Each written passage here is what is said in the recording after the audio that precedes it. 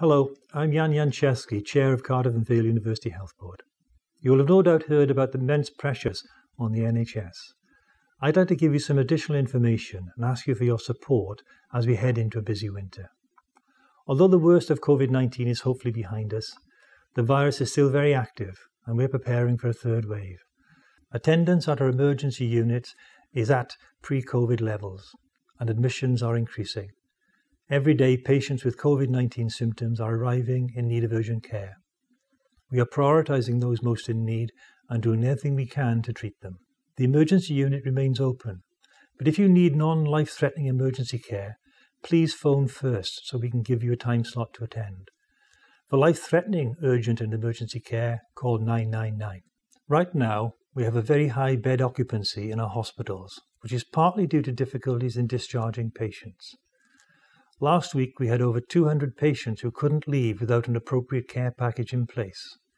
We continue to work closely with our social care and community partners to resolve this, but they are facing similar pressures to ourselves. We are grateful to our staff who have worked superbly throughout the pandemic and recognise that they are now tired. We're experiencing high levels of absenteeism.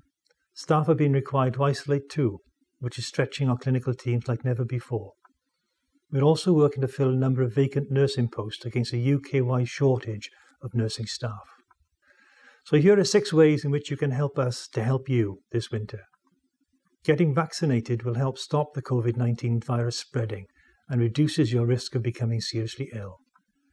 If you have COVID-19 symptoms, stay at home and book a test. If you do need to attend our emergency unit, call first on 0300 10 20 247. Get healthcare advice from pharmacists, optometrists, dentists, general practice nurses and GPs. Wear a face covering and also observe social distancing in our healthcare settings. Last but not least, please treat our staff with respect and kindness during these challenging times. Thank you for your support. Wishing you a safe and healthy winter.